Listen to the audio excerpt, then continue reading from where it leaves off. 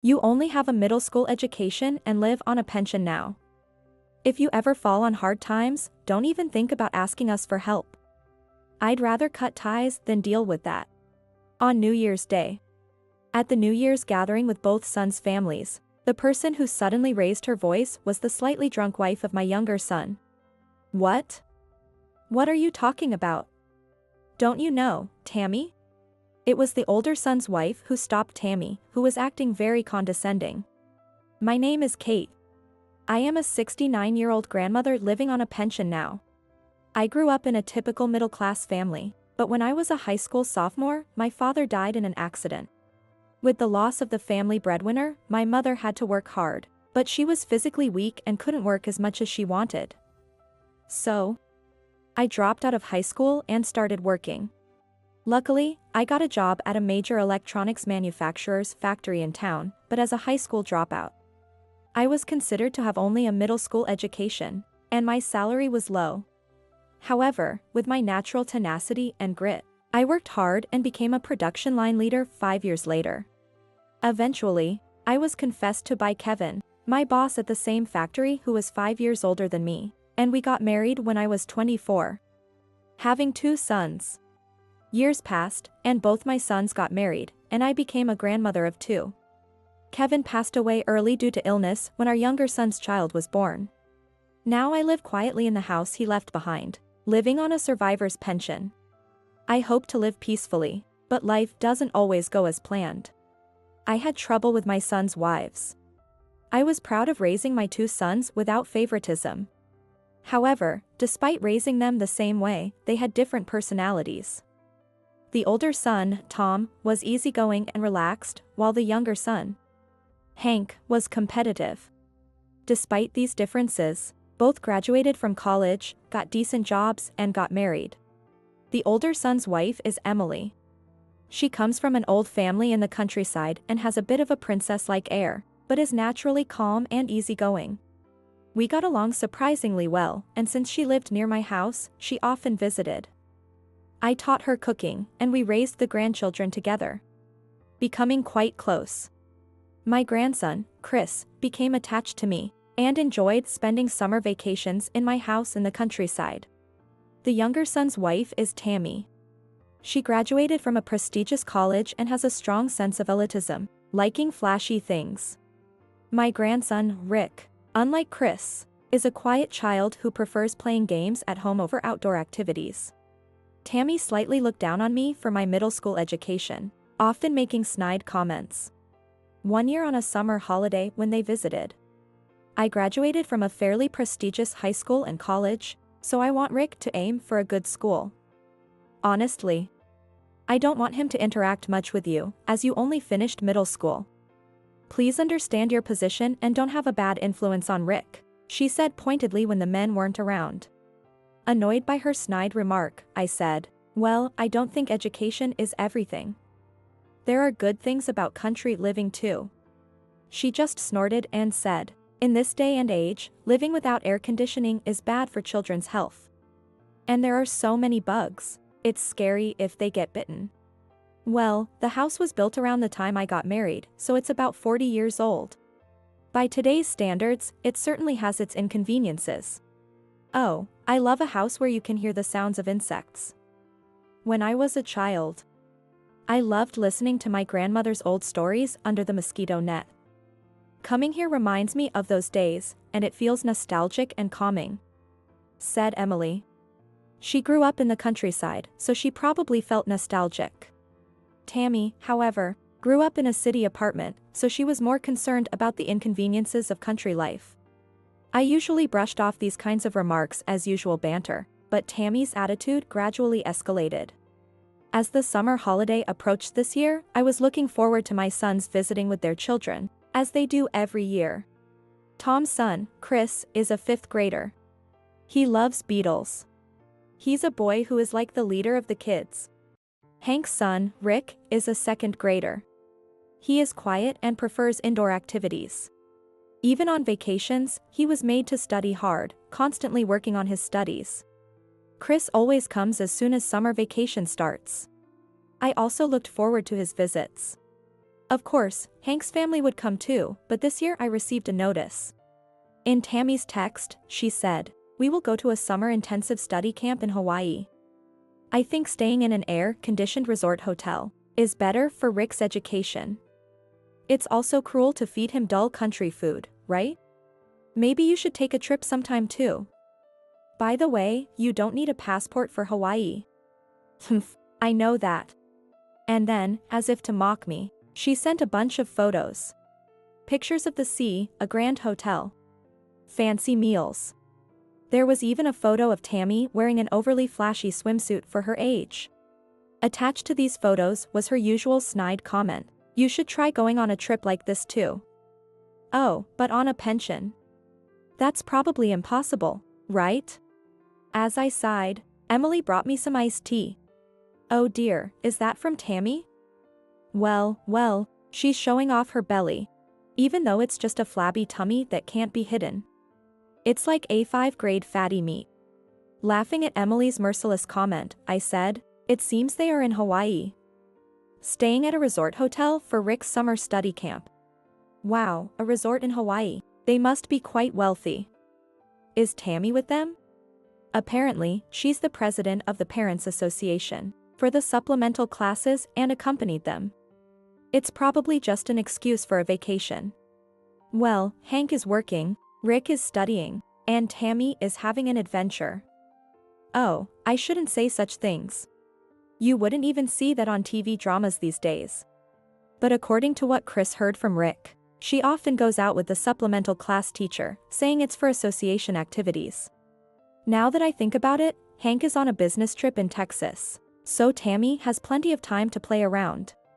We laughed at these trivial talks and I said, "Well, I don't think that's the case, but anyway, our little leader will be hungry soon. So let's prepare lunch." Sure, how about some cold pasta salad today? I brought some vegetables from my parents' house recently. I'll prepare it. Chatting with the ever-smiling Emily was my best way to relieve stress. However, talking about Tammy was never enjoyable. While savoring the pasta Emily made, thoughts about Tammy lingered in my mind. Towards the end of summer vacation, Rick and Tammy came over. Apparently, Rick wanted to do a stargazing project for his schoolwork, so they came to the countryside for the clear skies. We can't see stars in the city because there are too many lights. Here in the countryside, there's no extra light. So I thought it would be perfect for observation. Well, you can see stars better here than in the city. That's right. I don't like it, but it's for Rick's education, so I will endure it. We'll be staying for 2 nights. Please take care of us. I thought they didn't need to come if she had to endure it, but I couldn't help preparing since I love Rick. One day, Megan from the Branch family and her daughter, Anna, came by. Anna, a college student, was home for summer break and brought some souvenirs. Hearing that Anna was a college student, Tammy asked, "Oh, which college do you attend?" "Well, I'm at NYU." "Wow, NYU? That's nice. I went to Stanford." Nowadays, women need at least a college degree, right? Education is essential, after all. She said, looking at me with a smirk. Rick seemed embarrassed by the young woman and fidgeted. "I'm planning to send my son to a top college too. He's attending 3 different supplemental classes. He'll be fine because he has my genes. But I'm worried about his father's side." "Oh, really?" Anna looked puzzled and asked. "Well, Kate only finished middle school. Those genes are a concern. I heard there were various reasons for that." "Sure, there were reasons, but facts are facts, right? I'm worried about that in Rick. But it seems like it doesn't affect them much. Both her sons graduated from college. But I don't like it. Even if she's related by marriage, having someone with just a middle school education close by is unpleasant." "Well then, should we head out? Kate must be busy." Megan, sensing the tension, wrapped up the conversation and the visit ended there. "Goodbye, Rick. Come play with Chris next time. I know a place with lots of beetles. Let's go catch some together next time, okay?" "Yeah. Goodbye." Rick blushed as Anna talked to him. Hey. Rick, what are you blushing about? You got that from your father, geez. Maybe Rick likes Anna. She's cute after all. When I teased him, Tammy ignored my comment and said, "Humph, he must have inherited that from his father. But I'll praise him for falling for someone with an education." Rick sighed deeply and hung his head. Education, huh? As I cleaned up after Megan and Anna left, I muttered to myself. I did have the desire to study, but that's life. The things I've experienced and the things I couldn't. That's life, too. Humming a verse from a song I liked somehow eased my mind a bit. More than that, I was surprised at Tammy's change. She always liked flashy things, but lately, her appearance had become even more extravagant. I couldn't help but wonder if something had triggered this change. "Grandma, can I take Max for a walk?" Max is the name of my dog. Rick loved friendly Max. "Sure, just make sure to take a bag for the bathroom. Max knows the usual route, so you can let him lead the way." "Okay, got it." But after a while, Max came back alone. Panting and wagging his tail vigorously, I removed his leash and, while running water for him, I asked, even though I knew he wouldn't answer. "Why did you come back alone?" "Where's Rick?" "Grandma, Max." I turned to the voice and saw Rick standing there, covered in mud and crying. "What happened?" "Max came back alone." Rick explained that during the walk, Max suddenly started running, causing him to fall and get dragged. Although he was sniffling, it didn't seem like he was seriously hurt. Hearing the commotion, Tammy came out. "Oh my, what happened?" "There's blood." I saw that a bit of blood was oozing from his knee. It wasn't an injury serious enough to cause a fuss, though. As I comforted Rick and explained the situation, she yelled, "This is why I hate the countryside. Don't let Rick do anything dangerous that could hurt him." Calling a simple dog walk dangerous was beyond me. But as Max's owner, I decided to apologize sincerely. "I'm sorry. I'll be more careful next time." "You better be. If you have pets, at least have some common sense." This is why people with only a middle school education are a problem. Why does she always bring up my education? I couldn't understand how walking a dog was related to my education. I couldn't follow her logic. Meanwhile, Max was grooming himself on his usual cushion. "You too, reflect a bit. I got scolded because of you." When I patted his head, he looked up at me with apologetic eyes, as if saying sorry. Meow. At some point, my cat, Luna, had come to my side. She rubbed against me, a black and white cat seeking affection. "Okay, it's snack time, isn't it? You're quiet but never forget meal times." Max the dog and Luna the cat. My dear companions in my solitary life. They comfort and cheer me up. They require some care but are adorable. Later that night, Rick and Tammy went out to the fields for stargazing. The frog sounds were loud, but the sky was clear, and the stars were beautiful. I took some freshly boiled corn and a mosquito coil and headed towards them. I brought Max along too. Wow, the stars are so beautiful. It's the countryside, so this is all we've got. Hurry up and finish your homework. I can't stay in such a buggy place for long. Tammy's constant complaints could be heard. I wish she could appreciate the charm of the countryside a bit more. Rick, have you finished your homework? I brought some boiled corn. Yay. Thanks, Grandma. Oh dear, that's very kind, but we should prioritize the observation. We'll have it later. Sorry. Tammy's spiteful words were a sharp contrast to Rick's cuteness. Studying is important, but I brought it freshly boiled. Eat it while it's hot. I said as I pulled the corn out of the bag and handed it to Rick. Wow, it's hot but looks delicious. Thank you. Rick, don't be so rude.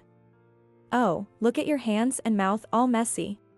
I squatted on the edge of the field with Rick and ate the corn together. Tammy, not eating, sulked with a lantern in her hand. Hurry up and finish eating. Get your homework done quickly. Rick was trying his best to eat, but with his small mouth, he was slow. Honestly, we could have eaten this at home. Oh. Something just flew here. What is it? Bringing the light closer to her leg, she screamed. Ah. A frog. Rick, get the frog. It's just a tree frog. It's cute. I'm scared of frogs. And then, seeing the frog, Max jumped onto Tammy. Ah. What are you doing, you stupid dog? Splash. Pushed by Max's enthusiasm, Tammy's foot slipped into the muddy paddy field. Oh no. My clothes and sandals are covered in mud. These were expensive. This stupid dog. Don't call him stupid. Max was trying to help you. Humph. There's no way this dumb dog could think of that. Letting Rick get hurt and then pushing me into the mud. It's just poor training. All right. I'll be more careful. I'm sorry, I said as I patted Max's head. How about that, master? Feeling a bit better? He seemed to be saying that with his expression. Max, good job.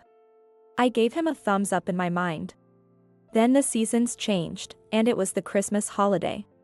Both my sons' families came back home. I was busy with the Christmas preparations. Although the elaborate Christmas dishes were store-bought, I handmade the simmered beans and stews as per my sons' requests. It doesn't feel like Christmas without Mom's black beans and simmered vegetables. Since they said that, I made sure to prepare them every year. The one who always helped me was Emily. To slowly simmer the beans, I used a charcoal fire. Without grilling on charcoal fire, the beans wouldn't turn out delicious. On the other hand, Tammy never helped with the housework. This is your kitchen, so I'll just be a quiet guest, she said. I heard that Tammy, with her elite upbringing, rarely cooked and often opted for eating out or prepared foods. Spending time cooking is a waste, she believed. Well, I enjoyed cooking and loved seeing the happy faces of my sons when they ate my food. Then Christmas Day arrived. We spent a peaceful Christmas as usual, leading to the main evening feast. I prepared modest Christmas dishes and some fine drinks. Even the women, who usually didn't drink much, enjoyed them tonight. Tired of playing board games, we continued to chat as the alcohol flowed. By the way, how old is Mom turning this year? Come on, Hank, you forgot your mother's age? Mom is turning 68 this year, right? You two are so careless. I will be 70 this year. Oh my, you're turning 70. We'll have to celebrate your birthday properly, Emily said cheerfully while pouring me some more to drink. Oh, so you're turning 70. It's a bit worrisome for an elderly person to live alone. Well, there's nothing particularly wrong with my health, so I won't be needing your help for a while yet, I said with a laugh. Then Tammy, who had been silent until now, suddenly leaned forward. Kate, let me make this clear, Tammy said with a stern look as she stepped in front of me. She seemed quite drunk tonight.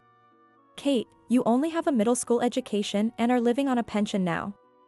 Even if you fall on hard times, don't think about relying on us. Just because we're well off doesn't mean we can support you. If it comes to that, we'll cut ties. Her attitude was condescending. People who heard her turned to look at her. Just as Hank opened his mouth to say, "Hey." It was Emily who stopped Tammy. What are you talking about? Tammy, don't you know? Ha. She actually has quite a bit of savings. What? But she doesn't work. Where would she get money or assets from? Oh, don't you watch online videos? I don't really watch them. I mostly use the internet for line and occasional online shopping.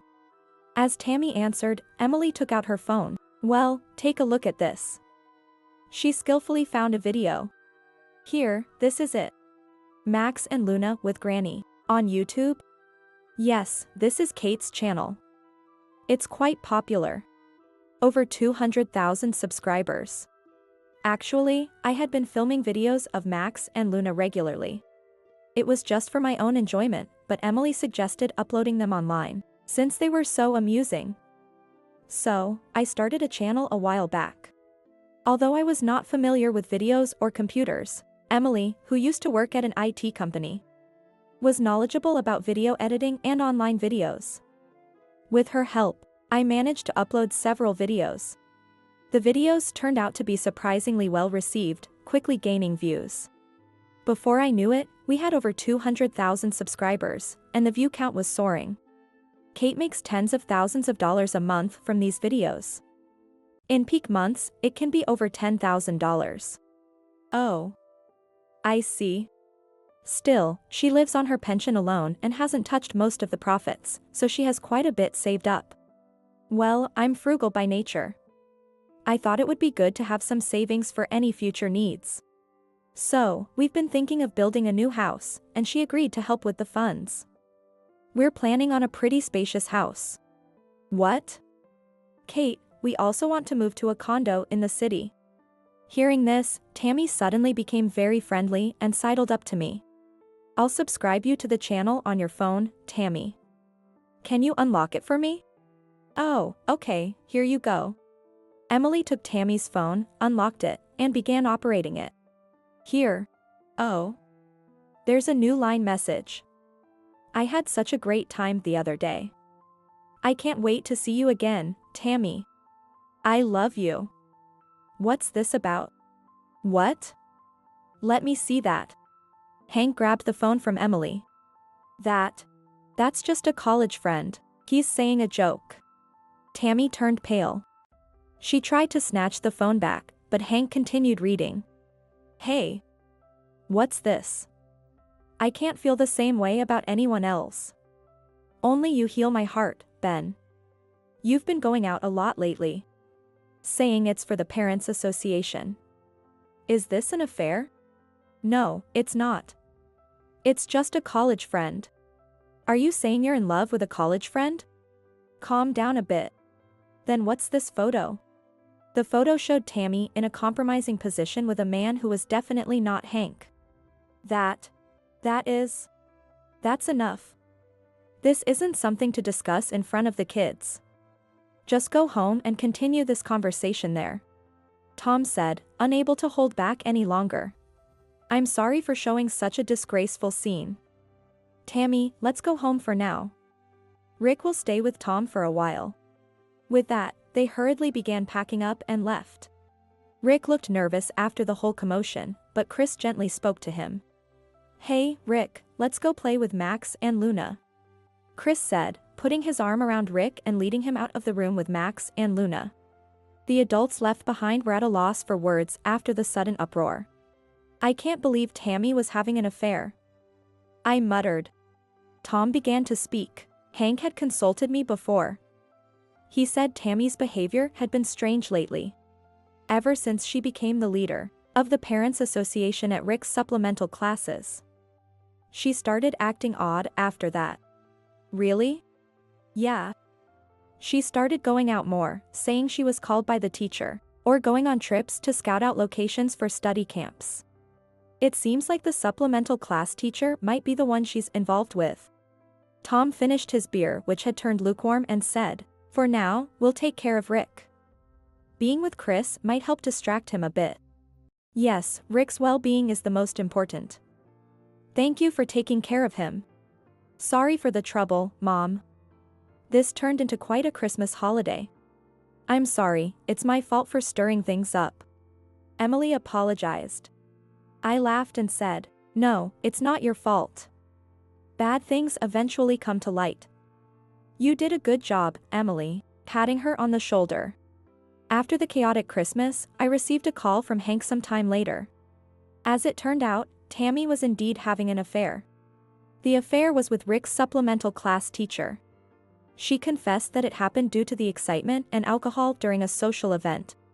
From the photos on her phone, Hank confronted the teacher and made him admit to the affair. Hank decided to divorce Tammy and took custody of Rick. Tammy, having left the house, now lives in a rundown apartment in a regional city, working night jobs to pay alimony. Given her personality, she couldn't stick to one job and kept moving from place to place. Night jobs rely on performance. She's probably struggling and frustrated, earning far less than her younger colleagues despite her education. I continue to film videos of Max and Luna as usual. Instead of using my phone, I bought a video camera on Emily's advice. With it, I could take clearer videos, and my channel's subscribers increased even more. Recently, a pet product company approached me for collaborations, allowing me to review pet products and food, further increasing my income. I never imagined I could earn money like this when I was younger. Emily laughed. You've managed to ride the wave of the times, Kate. Max and Luna must be happy to have such a great owner. Max and Luna, as always, were napping side by side on the porch, their bellies up, enjoying the sunshine. In the warm sunlight, as I watched Max and Luna napping comfortably, I sipped coffee with Emily, enjoying a peaceful moment. Thanks to you too, I get to enjoy these happy times, I whispered in my heart to the sleeping pair.